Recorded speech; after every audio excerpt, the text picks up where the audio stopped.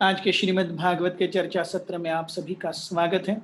हम श्रीमद् भागवत के चतुर्थ स्कंध के 20वें अध्याय Lord Vishnu's appearance in the sacrificial arena पर चर्चा कर रहे हैं। कल हमने देखा किस प्रकार भगवान ने पृथु महाराज को आदेश दिए। हमने परसों भी देखा था कि आदेशों का जो सार था वो ये था कि आपको इंद्र को क्षमा कर देना चाहिए, इस भौतिक शरीर से जुड़ी हुई आसक्तियों और अनासक्तियों के परे जाना चाहिए। यहाँ पर जो कुछ भी मिलता है या जिससे भी आप वंचित रहते हो उसे मेरा एक तरीके से प्रसाद मानना चाहिए। जाहिरे विधि राखे राम, ताहिरे विधि रहिए।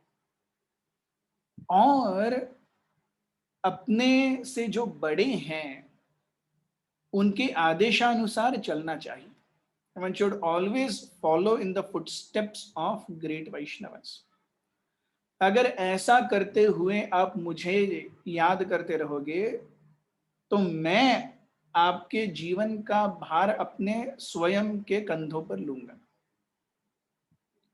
और अंतिम इंस्ट्रक्शन बहुत ही महत्वपूर्ण है। हमने देखा द 16th श्लोक, भगवान ने कहा वो पृथु महाराज से मिलने क्यों आए हैं, उनको दर्शन क्यों देने आए हैं। I am captivated by your elevated qualities and excellent behaviour.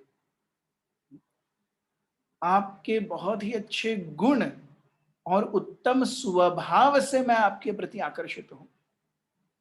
तो भक्त का स्वभाव और भक्त के गुण कैसे होने चाहिए, यह बहुत ही महत्वपूर्ण है। उत्तम गुण, उत्तम स्वभाव, उससे एक भक्त शोभा पाता है। जैसे सोने की अंगूठी है, लेकिन सोने की अंगूठी में अगर हम बहुत अच्छा हीरा डाल देंगे तो वो हीरा सोने की अंगूठी को और ज्यादा सुंदर बनाता है।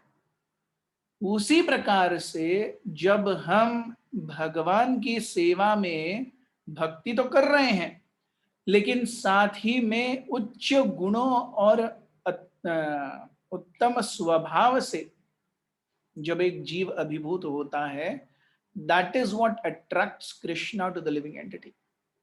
This is very important. अरे हम भक्ति कर रहे हैं, क्या हम जो चाहिए वैसे कार्य कर सकते हैं? नहीं, स्वयं के गुण और स्वयं का स्वभाव बहुत आवश्यक है। तो यहां से हम अपनी श्रृंखला को आगे बढ़ाएंगे। ओम ज्ञानतिमिरन्धस्य ज्ञानाञ्जनशलाकया चक्षुरुन्मिलितं येन तस्मै श्रीगुरवे नमः। श्रीचैतन्यमनोभीष्टं स्थापितं येन भूतले स्वयं रूपः कदा मह्यं ददाति स्वपदान्तिकं।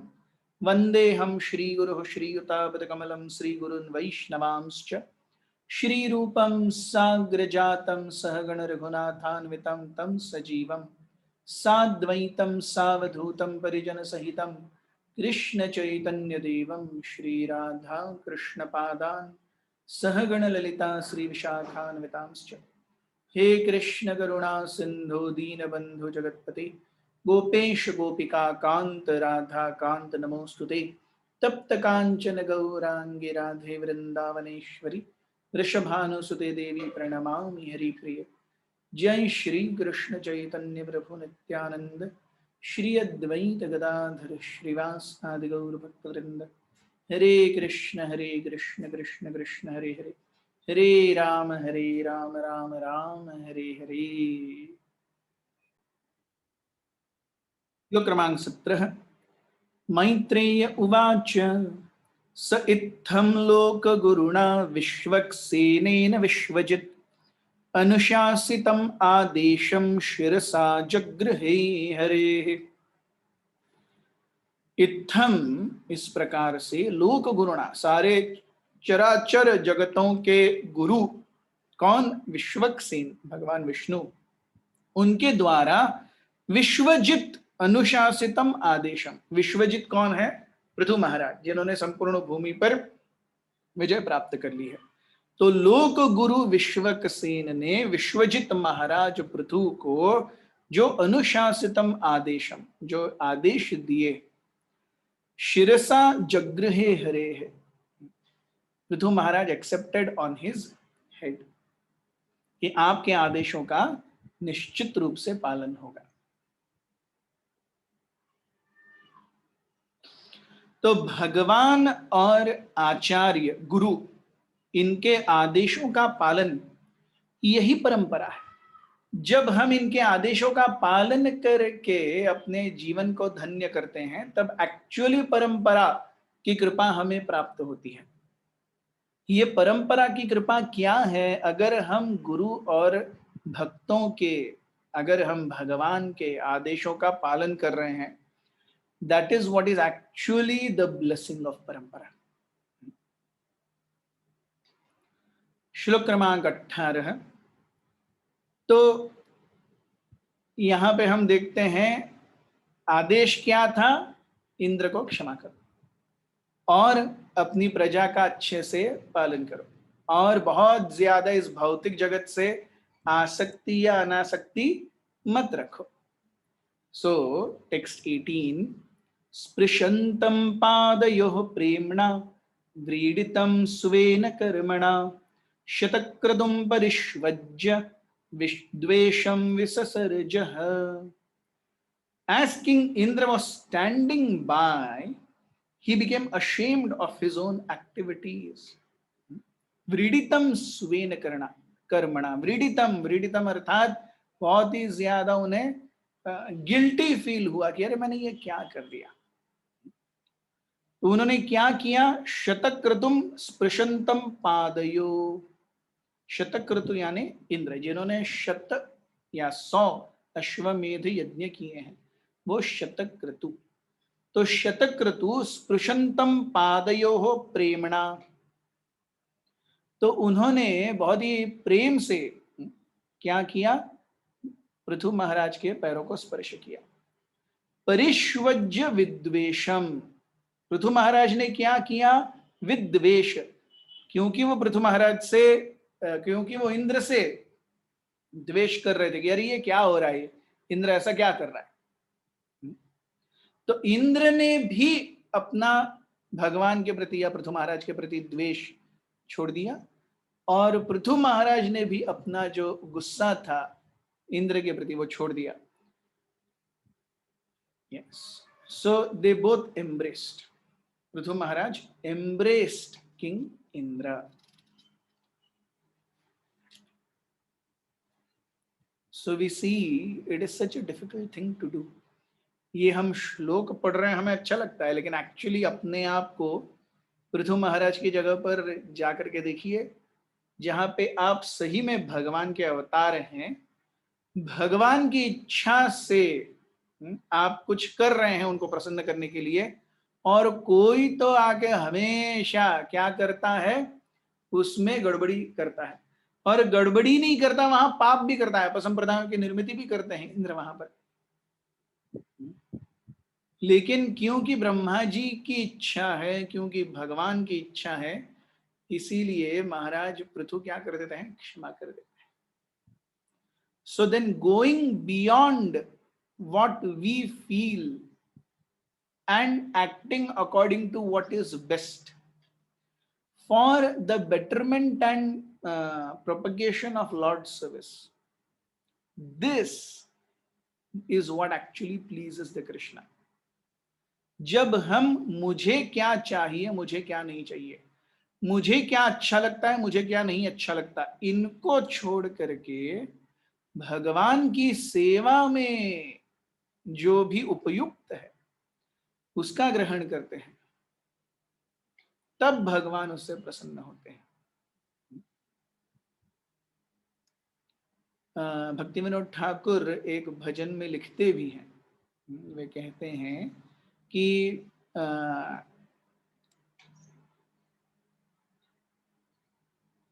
अवश्य रक्षिबे कृष्ण विश्वास पालन। He mentions the 6 limbs of Sharanagati.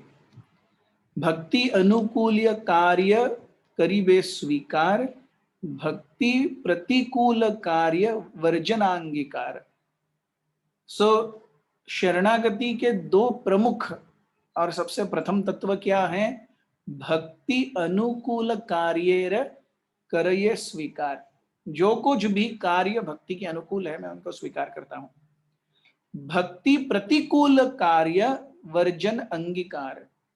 सो भक्ति प्रतिकूल जो कार्य है उनको अंगीकार करने का version, version, not. So whatever is favorable for devotional service, we accept. Whatever is not favorable for devotional service, we don't accept. This is what pleases Krishna. श्लोक क्रमांक 19। भगवानथ विश्वात्मा पृथुन्नोपहृतार्हणः समुज्जिह्वानया भक्त्या गृहीत चरणाम्बुजः। King Prithu abundantly worshipped the lotus feet of the Supreme Personality of Godhead, who was so merciful to him. While worshipping the lotus feet of the Lord, Prithu Maharaj gradually increased his ecstasy in devotional service. तो पृथु महाराज ने इंद्र को क्षमा किया और भगवान के ऊपर अपना ध्यान केंद्रित किया। भगवान के ऊपर ध्यान केंद्रित करके वो भगवान को निहारने का प्रयास कर रहे हैं और भगवान के सुंदर देह को देख के उनके शरीर के ऊपर क्या हो रहे हैं? अष्ट सात्विक विकार आ रहे हैं।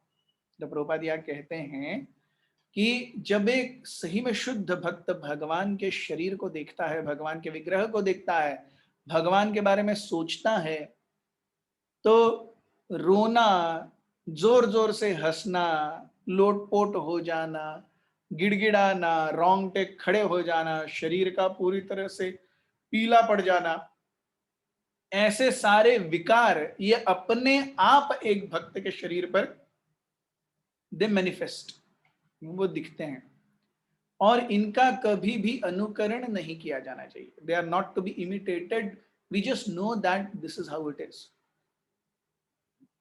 सो वो फेमस इंसिडेंट है जो प्रभुपाद लीलामृत में रिकॉर्डेड है। प्रभुपाद जी वृंदावन में थे और एक माता जी आकर के ऐसे रोने लगी, हंसने लगी, लोटपोट होने लगी, उसके रोंगटे खड़े हो गए और सबको लग रहा है अरे ये इतनी शुद्ध भक्त है। और प्रभुपाद देख रहे हैं। एक समय पर प्रभुपाद जी ने कहा अपने शिष्यों से उसे 5 रुपए दे दो। तो जैसे ही 5 रुपए दिखे वो महिला तुरंत खड़ी हो गई, 5 रुपए लेके चली गई। तो सभी अवाक रह गए। ऐसा लग रहा था she is the embodiment of perfect love. भगवान के प्रति भक्ति क्या होती है इस महिला में है। और जैसे ही 5 रुपए दिखे सब हरि बोल हो गया। सो हम देखते हैं कि such things should never be imitated. इनका कभी भी अनुकरण नहीं किया जाना चाहिए, ये अपने आप आएंगे। जैसे हमारी शुद्धि बढ़ेगी, जैसे हमारी चेतना बढ़ेगी। तो पृथु महाराज भगवान का सुंदर शरीर, उसका अवलोकन कर रहे हैं और उनके शरीर पर अष्ट सात्विक विकार बढ़ रहे हैं। श्लोक क्रमांक 20। प्रस्थानाभिमुखोऽप्येन अनुग्रह विलंबितः पश्यन् पद्मपलाशाक्षो न प्रतस्थे सुहृत्सताम्। The Lord was just about to leave, but because he was so greatly inclined towards the behavior of King Prithu, he did not depart. प्रस्थानाभिमुखो, प्रस्थान, वो चलने के लिए रेडी हो गए। वर्क इज डन, कार्य समाप्त हो गया। प्रस्थान अभिमुख अपि एनम अनुग्रह, एनम अर्थात पृथु महाराज के प्रति, पृथु महाराज के प्रति अनुग्रह, इतनी ज्यादा कृपा है भगवान के मन में। विलंबित इसलिए ज्यादा रुके वो, he himself stayed there. And why he has stayed there? Because of Prithu Maharaj's qualities and behavior. उनके गुण और उनके स्वभाव। Yes, so what has made Prithu Maharaj so dear to the lord कि भगवान जाने के लिए तैयार हैं, प्रस्थानाभिमुख है, फिर भी अनुग्रह विलंबित, उनके ऊपर और कृपा करने के लिए वो रुक गए भगवान। पश्यन पद्म पलाशाक्षो, और भगवान को देख करके न प्रतस्थे सुहृद सताम, he was detained because he is always the well-wisher of his devotees। तो क्योंकि भगवान हमेशा अपने भक्तों का अच्छा चाहते हैं, इसीलिए ऐसे भक्त का संग छोड़ना भगवान को भी लगा कि अरे ऐसा नहीं करना चाहिए। So greatly was Maharaj lord Vishnu attracted to Maharaj Prithu. हम बात करते हैं हमें भगवान के प्रति आकर्षण होने की, यहां भगवान पृथु महाराज के प्रति आकर्षित हैं उनके स्वभाव और उनके गुणों के कारण। सो प्रभुपाद जी यहां तात्पर्य में लिखते हैं, तेषाम सतत युक्तानाम भजताम प्रीति पूर्वकम ददामि बुद्धि योगम तम येन माम उपयान्ति ते। तो तेषाम सतत युक्तानाम भजताम प्रीति पूर्वकम, those who are constantly engaged in my loving devotional service। सतत युक्त भजत प्रीति पूर्वक, so always bhajan and always प्रीति पूर्वक, this is what is the characteristic of a first class devotee। सतत भजन, सतत प्रीति पूर्वक। तो तेषाम सतत युक्तानाम भजताम प्रीति पूर्वकम, ऐसे लोग जो हमेशा सातत्य से प्रीति पूर्वक मेरा भजन करते हैं, ददामी बुद्धि योगम, मैं उन्हें बुद्धि देता हूं, माम उपयान्ति ते, जिससे वो मेरे पास आए। सो अगर हम भगवान के प्रति आकर्षित हैं, अगर हम भगवान के प्रति सही में समर्पित हैं, तो भगवान कहते हैं I will take charge, you don't worry, I will take full charge. ददामी बुद्धि योगम तम येन माम उपयान्ति ते, तेषाम एवानुकंपार्थम अहम अज्ञानजं तमः नाशयामि आत्मभावस्थो ज्ञान दीपेन भास्वता। तेषाम एव अनुकंपार्थम, ऐसे लोगों के लिए जो सतत युक्त हैं, भजताम प्रीति पूर्वकम है, उनके ऊपर अनुकंपा करने के लिए, उनके ऊपर कृपा करने के लिए, तेषाम एवानुकंपार्थम अहम अज्ञानजं तमः नाशयामि, अज्ञान से उद्धृत अंधेरे का नाश करता हूं। कैसे? आत्मभावस्थ ज्ञान दीप,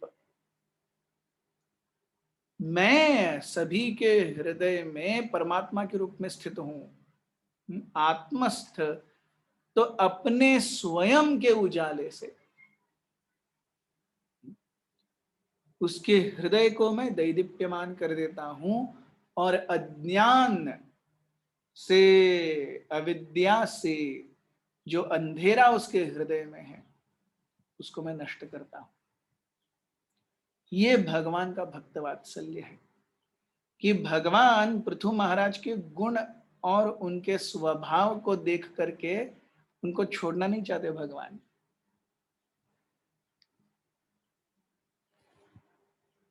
श्लोक क्रमांक 21, स आदिराजो रचितांजलिर्हरिं विलोकितुं नाशकदश्रुलोचनः, न किंचनो वाच स बाष्पविप्लवो हृदोपगुह्यामुमधावदस्थितः। The original king Maharaj Prithu, his eyes full of tears and his voice faltering and choked up, could neither see the Lord very distinctly nor speak to address the Lord in that way. He simply embraced the Lord within his heart and remained standing in that way with folded hands. So we see Lord Vishnu is grateful to be in the company of Maharaj Prithu, and Maharaj Prithu is feeling blessed that Lord is giving him more and more kripa. So spiritual relation is always of giving each other satisfaction. Material relation is always based on exploitation. भौतिक जो अस्तित्व है वो दूसरों को हम किस प्रकार से निचोड़ सकते हैं उसके ऊपर आधारित है, और आध्यात्मिक अस्तित्व जो है वो हम दूसरों की किस प्रकार सेवा कर सकते हैं उस पर आधारित है। दोनों पूरी तरह से 180 डिग्री फेस शिफ्ट है। तो पृथु महाराज भगवान की कृपा से इतने ज्यादा उत्कंठित हो गए कि उनके मुंह से शब्द नहीं निकल रहे हैं, उनकी आंखों से अश्रु धाराएं बह रही हैं, वो भगवान को देख भी नहीं पा रहे हैं, हृदय उनका द्रवित हो गया है, विह्वल हो गया है भगवान की कृपा का आस्वादन करते हुए। So here we see Prithu Maharaj is actually experiencing Krishna rasa, Bhagavad रस, मद भावम, मद भावम याति नास्ति अत्र संशयः, यम यम वापि स्मरन् भावान् अंतकाले च मामेव स्मरण मुक्त्वा कलेवरम यह प्रयाति स मद भावम याति। तो इस मद भाव का जीते जी एक्सपीरियंस कर रहे हैं पृथु महाराज सशरीर।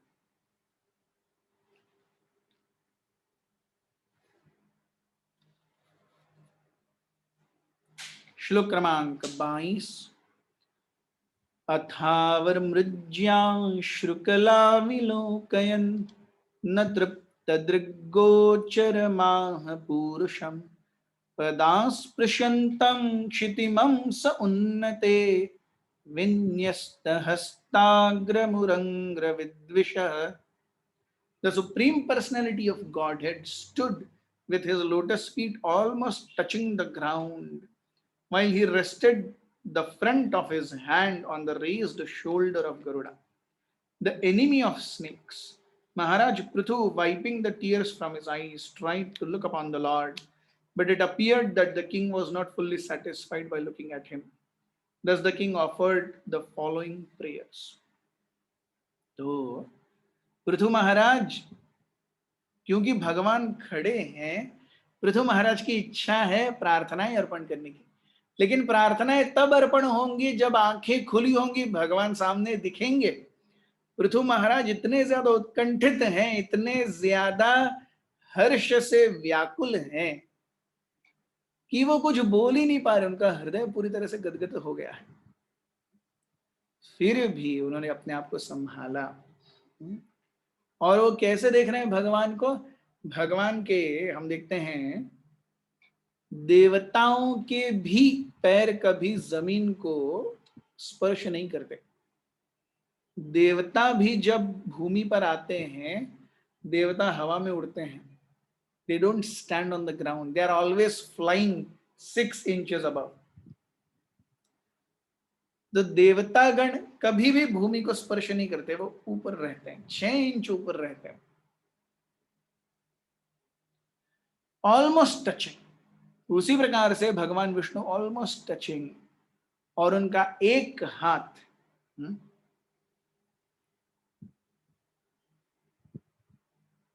उन्होंने गरुड़ जी के कंधे पर रखा हुआ है बैलेंसिंग के लिए। तो देखिए इतना सुंदर भगवान के शरीर का वर्णन है। और कुछ लोग कहते हैं भगवान का कोई विग्रह है ही नहीं। कैसे हो सकता है? अगर भगवान का कोई शरीर ही नहीं है, रूप ही नहीं है, तो गरुड़ जी कहां से आए, उनका हाथ कहां से आया, गरुड़ जी के कंधे पर भगवान ने अपना हाथ कैसे रेस्ट किया? हो ही नहीं सकता। So we see Krishna has a form, and it is only with the form that we can experience emotions. जब तक शरीर नहीं है तो शरीर के साथ ही भावनाएं आ सकती हैं। आप करोड़पति, आपके पास 10 करोड़ 100 करोड़ रुपए होंगे, लेकिन 100 करोड़ रुपए से आप भावनाएं व्यक्त नहीं कर सकते। भावनाओं का आदान प्रदान करने के लिए आपको व्यक्ति चाहिए, जीव चाहिए। आज जीवन इतना ज्यादा इम्पर्सनल हो गया है कि लोगों को लगता है कि जब if I have all the facilities, if I have all the amenities, if I have wealth, मुझे लोगों को लेके क्या करना है। अरे लेकिन जब तक लोग नहीं हैं तब तक प्रेम नहीं है। गाड़ी से हम प्रेम नहीं कर सकते, धन से हम प्रेम नहीं कर सकते। There is no exchange of feelings. Exchange of feelings is only there in person. So हम देखते हैं यहाँ पर कि भगवान सुंदर रूप से खड़े हैं, टच करते हुए, अपने पैरों को ऑलमोस्ट टच करते हुए, और एक हाथ को उन्होंने गरुड़ जी के कंधे पर रखा हुआ है। और पृथु महाराज भगवान को प्रार्थनाएं अर्पण करेंगे। ये प्रार्थनाएं हम कल के इसमें देखेंगे, सत्र में। आज हमारे साथ बने रहने के लिए आप सभी का धन्यवाद। हरे कृष्ण। ग्रंथराज श्रीमद् भागवत की जय, उपस्थित वैष्णव वृंद की जय, निताय गौर प्रेमानंदे। हरि हरि बोल।